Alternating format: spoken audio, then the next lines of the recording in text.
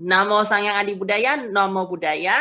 Yang saya hormati Romo Heru Suherman Lim dan teman-teman di Pasca Sarjana STAB Semaratungga.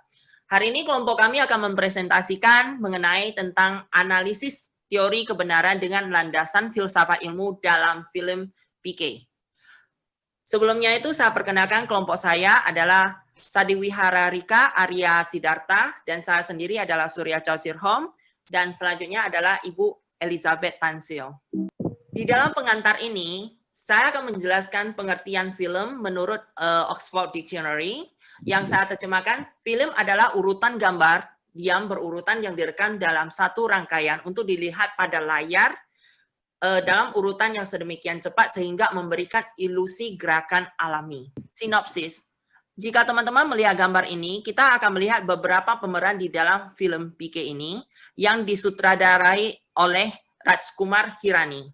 Pemeran pertama adalah Amir Khan PK, yang kedua adalah Anushka Sharma yang berperan sebagai Jagu, kemudian Susan Singh Rajput yang berperan sebagai Sarfaraz. Selanjutnya adalah alur cerita yang akan dipresentasikan oleh teman saya, Ibu Elizabeth. Terima kasih. Pada alur cerita, film PK sendiri bercerita mengenai alien, di mana alien yang mendarat di bumi dengan misi mengamati perilaku manusia, alien yang memiliki perwujudan sebagai manusia, memakai sebuah kalung, di mana kalung tersebut dijadikan alat komunikasi dengan temannya.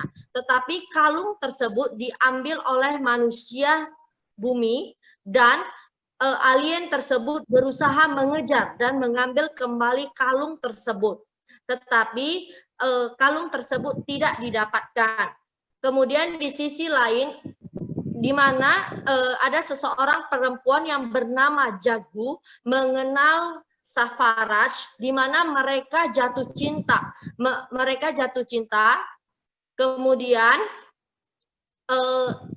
cinta mereka ditentang oleh ayahnya Jagu karena ayah Jagu pergi menemui siapa ya? Lupa saya.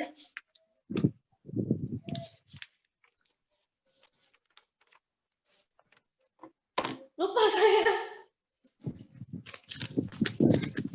Barusan saya tanya Pak Surya tadi siapa namanya. Saya coret di mana ya kertas itu ya?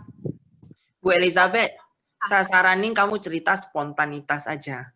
Ya, tadi saya spontan Pak Surya mengatakan saya membaca. Tunggu. Dari awal lagi ya, kayaknya ini hancur. Ini kayaknya hancur, betul. Kamu cerita gini aja. Di dalam pada alur cerita ini ada muncullah seorang alien yang bertujuan atau bermisi untuk apa-apa. Kemudian kalung yang dikenakan oleh si alien ini dicuri oleh salah satu manusia bumi yang tidak diketahui. Kemudian lanjut di scene selanjutnya kita akan melihat bahwa ada gini-gini. Lanjut ini dari sini ya. Kayaknya saya ulang dari awal lah ya. Iya ini. Yuk. Pada alur cerita film PK ini pada alur cerita film PK bercerita mengenai seorang alien yang mendarat di bumi, di mana alien tersebut menggunakan sebuah kalung. Kalung tersebut sebagai alat komunikasi dengan temannya, namun alat tersebut diambil oleh manusia di bumi. Dia berusaha mendapatkannya kembali tetapi sia-sia. Di scene lain, Jagu bertemu dengan Sarfaraz dan mereka jatuh cinta. Hanya saja cinta mereka ditentang oleh orang tua Jagu karena Sarfaraz adalah orang Pakistan. Kemudian ayah Jagu pergi menemui Tafaswi, meramal bahwasanya percintaan mereka akan sia-sia karena Sarfaraz akan mengkhianati Jagu. Setelah mendengar lamaran dari Tafaswi, Jagu berkeyakinan bahwa akan menikahi Sarfaraz di gereja. Kemudian pada saat di gereja ada seorang anak kecil yang mengantar surat kepada Jagu, di mana isinya itu adalah pembatalan pernikahan karena Syafarat tidak hadir di gereja. Setelah itu, Jagu kembali ke New Delhi untuk menjadi reporter. Di New Delhi, Jagu bertemu dengan PK, di mana PK menceritakan kejadian yang dia alami kepada Jagu. Awal mulanya Jagu meragukan dan takut akan cerita yang diceritakan oleh PK. Tetapi rasa takut Jagu dikalahkan dengan rasa penasarannya. Awalnya PK menceritakan bahwasannya ketika dia mendarat di bumi, kalungnya dicuri, kemudian dia ke New Delhi, kemudian dia ditabrak oleh Byron.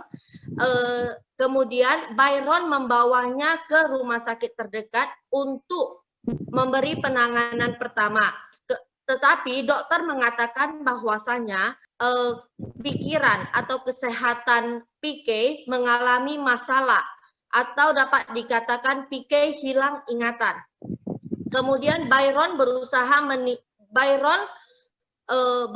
meninggalkan PK, tetapi Byron berpikir kembali bahwasanya dia kasihan akan PK. Dia membawa PK bersamanya. Di sisi lain, Byron mengira PK sering memegang tangan seseorang karena itu adalah hasrat rasa seksualnya. Makanya Byron membawa PK ke rumah bordir.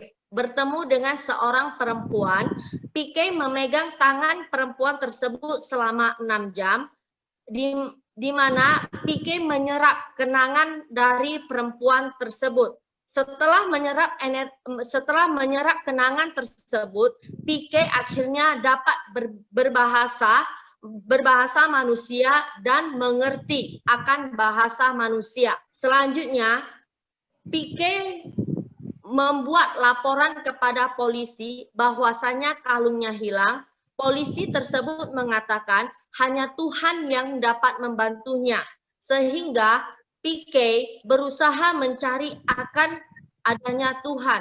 Di sini kemudian PK memasuki gereja dengan membawa persembahan dari agama Hindu. Selanjutnya, PK membawa wine untuk diadakan persembahan di masjid.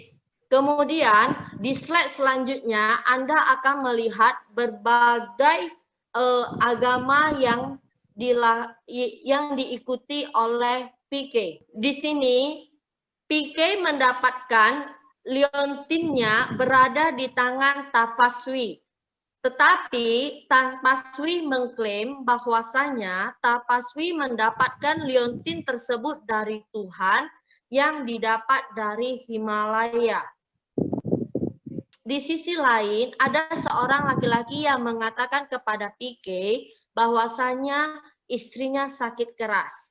Dengan cara memegang tangan dari laki-laki tersebut, PK mendapatkan bahwasanya lelaki tersebut berbohong. Istrinya tidak berada di rumah sakit, melainkan laki-laki tersebut membutuhkan uang untuk merayakan hari ulang tahun bersama istrinya.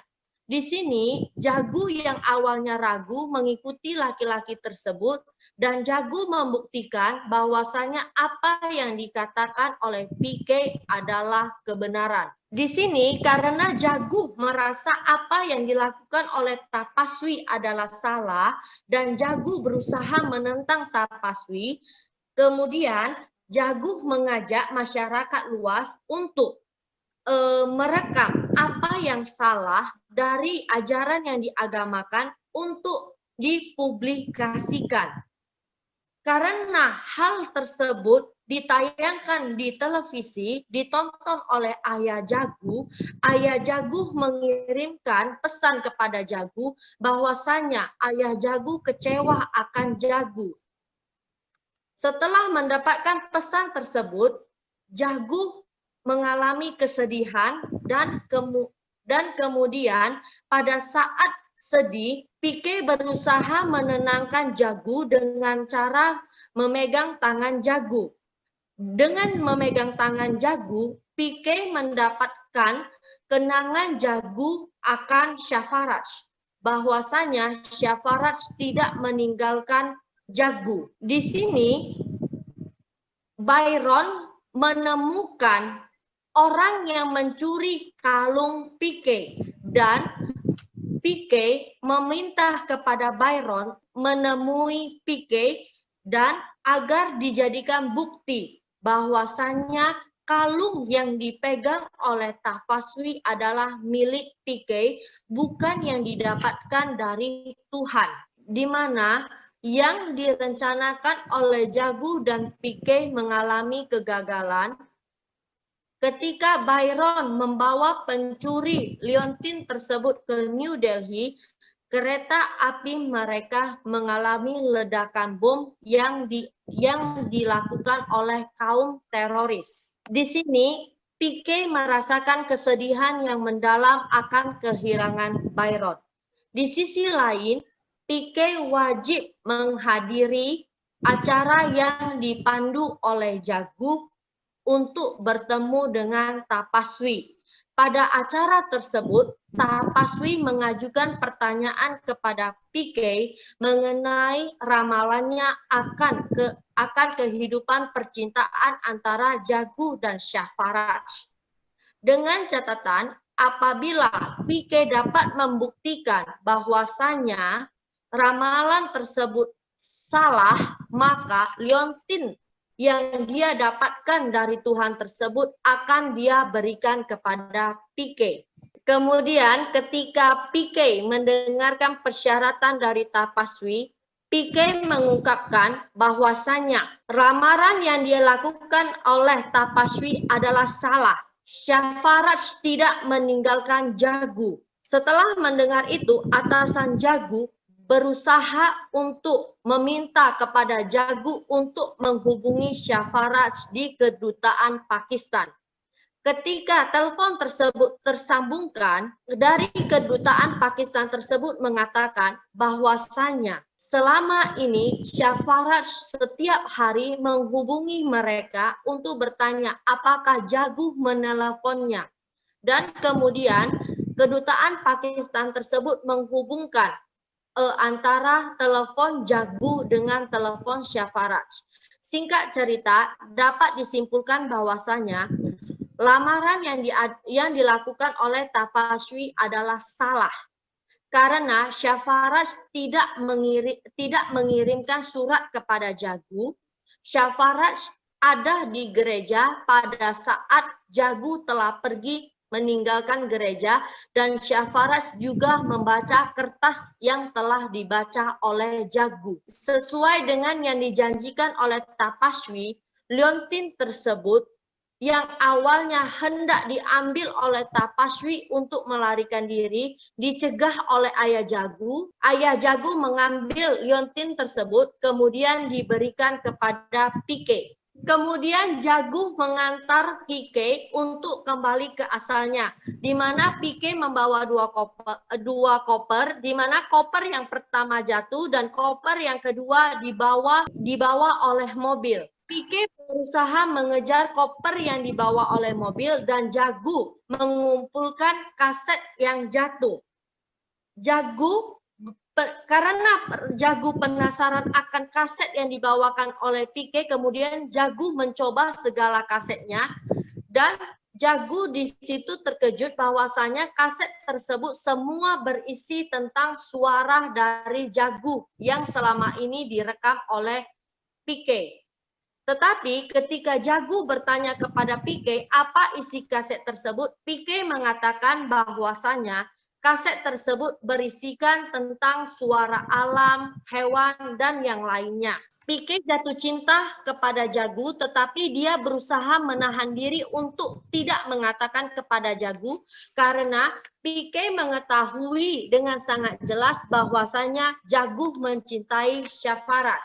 Sementara ketika Pique berangkat pulang, Jagu menulis sebuah buku dan menerbitkan sebuah buku yang berceritakan mengenai Pique. 1 tahun kemudian, PK membawa teman aliennya untuk kembali ke bumi agar melakukan misi penelitian baru. Selanjutnya akan dipresentasikan oleh Pak Surya. Teori yang kelompok kami gunakan untuk membuktikan film PK ini adalah teori kebenaran yang dilandasi oleh filsafat ilmu. Di dalam Kamus Besar Bahasa Indonesia atau KBBI menerangkan bahwa kebenaran adalah keadaan yang cocok dengan keadaan yang sesungguhnya. Misalkan kita harus berani mempertahankannya. Sesuatu yang sungguh-sungguh atau benar, ada misalnya kita harus meyakini yang diajarkan oleh agama, dan kelurusan hati atau kejujuran misalnya tidak seorang pun menyangsi hatinya. Selanjutnya akan dipresentasikan oleh Pak Arya. Izinkan saya untuk melanjutkan analisis dari film PK. Filsafat memiliki tujuan untuk menemukan kebenaran yang sebenarnya. Upaya menemukan kebenaran pada film ini dimulai ketika PK yang baru mendarat di bumi untuk melakukan penelitian terhadap kehidupan di planet ini mendapat masalah dengan kehilangan remote control-nya karena dicuri. Ia pun berusaha menemukan kembali remote control tersebut melalui berbagai upaya. Ilmu pengetahuan merupakan produk berpikir. Munculnya berbagai masalah telah mendorong seseorang untuk berpikir, bertanya, lalu mencari jawaban atas segala sesuatu yang ada. Hal ini dikisahkan dengan PK yang setelah kehilangan remote control-nya, kemudian berusaha menemukan kembali dengan cara mengamati kebiasaan-kebiasaan manusia di bumi, seperti cara berpakaian, mencari uang, kemudian berusaha memahami bahasa manusia dengan memegang tangannya. Dan ilmu hakikat yang menyelidiki alam nyata ini dan bagaimana keadaan yang sebenarnya merupakan definisi dari ontologi. Dalam film ini, proses ontologi dimulai setelah PK mampu berkomunikasi dengan bahasa manusia. Ia pun pergi ke New Delhi untuk mencari di mana remote control-nya berada. Namun, ia tidak mendapatkan petunjuk sama sekali. Setiap orang yang ditanyainya menjawab bahwa hanya Tuhan yang tahu di mana remote control-nya berada. Dalam kajian filsafat, terdapat ilmu yang membahas secara mendalam segenap proses penyusunan pengetahuan yang benar, yang disebut epistemologi. Epistemologi digambarkan melalui kisah PK yang mencari keberadaan Tuhan dengan pergi ke tempat-tempat ibadah, mengikuti seluruh ritual agama, mengalungkan simbol-simbol keagamaan di lehernya, bahkan menyebarkan pamflet untuk mencari keberadaan Tuhan. Dalam pencariannya, PK mendapati kenyataan bahwa agama yang berbeda memiliki tata ritual dan cara berpakaian yang berbeda pula. Suatu hari, PK mendapatkan seseorang dengan cosplay Dewa Siwa. Ia merasa menemukan Tuhan yang selama ini ia cari. Ia kejar hingga memasuki tempat acara tapaswi. PK melihat ternyata remote control yang selama ini ia cari disimpan oleh Tapaswi. Namun, Tapaswi secara palsu mengklaim telah mendapatkan benda tersebut dari Tuhan yang didapatkannya di Himalaya. Dan Tapaswi menolak untuk mengembalikannya kepada PK. Selanjutnya, aksiologi. Aksiologi adalah teori nilai yang berhubungan dengan kegunaan dari pengetahuan yang didapatkan. Proses aksiologi ini dimulai ketika Jagu yang melihat kebenaran secara langsung. Kemudian dia membuat rencana agar Tapaswi mengembalikan remote control PK. Konflik yang terjadi antara PK dan Tapaswi mencapai puncaknya ketika Tapaswi berada head-to-head dengan PK dalam suatu acara live. Tapaswi mengklaim bahwa dirinya memiliki hubungan langsung dengan Tuhan, dengan mengacu pada pengkhianatan Safaras sebagai buktinya. Namun, PK yang sebelumnya menyerap kenangan Jagu menemukan fakta bahwa Safaras tidak pernah menuliskan surat kepada Jagu. Cherry, sebagai bos dari Jagu, yang mendengarkan hal ini meminta Jagu untuk melakukan kontak kedutaan besar Pakistan di Belgia, di mana Safaras pernah bekerja half-time. Kedutaan mengatakan kepadanya bahwa Safaras masih mencintainya dan menyebut bahwa setiap hari menanyakan apakah ia telah dihubungi. Jagu dan Safaras tersambung kembali dan Tapaswi terbukti melakukan penipuan dengan mengatasnamakan agama. Kemudian Tapaswi dipaksa untuk mengembalikan remote control PK tersebut. Kita masuk kepada pembahasan. Scene pada awal film yang mengisahkan seorang alien yang turun untuk meneliti kehidupan di bumi hingga perjalanan menemukan remote controlnya yang hilang, menjelaskan sifat dasar manusia sebagai makhluk pencari kebenaran. Kemudian, scene memperlihatkan kehidupan religiusitas masyarakat India yang menjelaskan bahwa agama menjadi alternatif bagi kita untuk menemukan kebenaran tertinggi. Agama menyajikan berbagai jawaban atas permasalahan manusia tentang asal mula kehidupan hingga konsep ketuhanan itu sendiri. Kebenaran dalam agama diyakini bersumber dari Tuhan dan tertuang dalam kitab suci. Kebenaran yang terdapat dalam kitab suci bersifat mutlak dan tidak dapat dipertanyakan oleh siapapun. Kebenaran agama ini sejalan dengan paham rasionalisme. Rasionalisme sangat menekankan akal sebagai sumber utama pengetahuan manusia dan penentu suatu kebenaran. Aliran ini dipelopori oleh René Descartes. Nah, berbeda dengan paham rasionalisme tersebut, beberapa orang justru meyakini bahwa manusia memperoleh pengetahuannya melalui pengalaman. Aliran ini disebut dengan empirisme.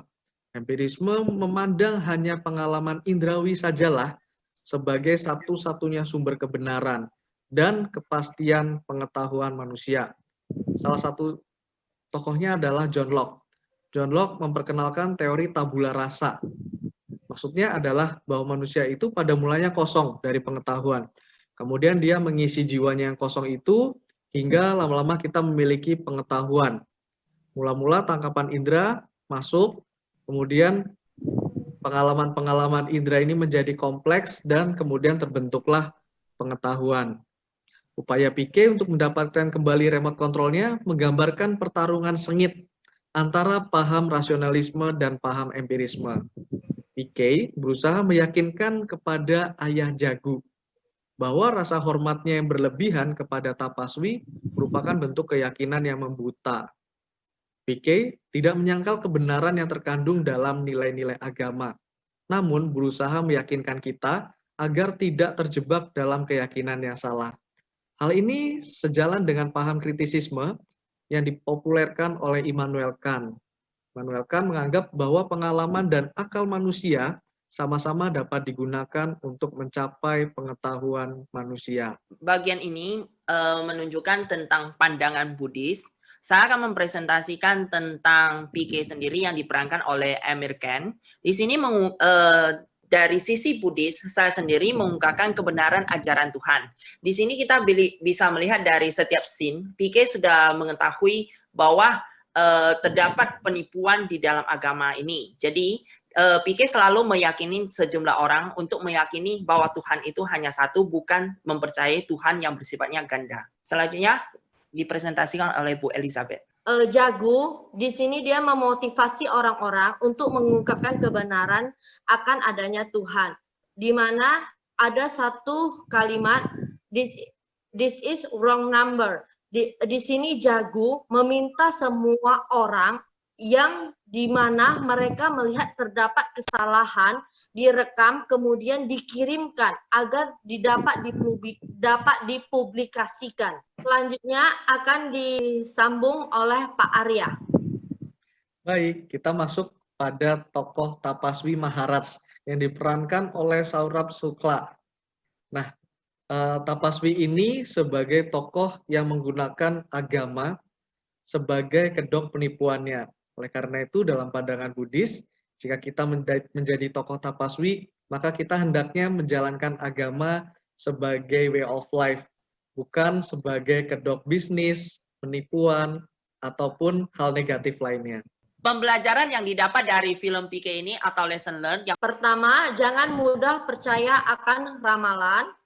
Yang kedua, jangan menilai seseorang dari penampilan luarnya. Ketiga, jangan menggunakan agama sebagai penimbun kekayaan. Namo Buddhaya, terima kasih telah melihat hasil presentasi dari kelompok kami. Jika ada kata-kata yang salah, mohon maaf dari semuanya.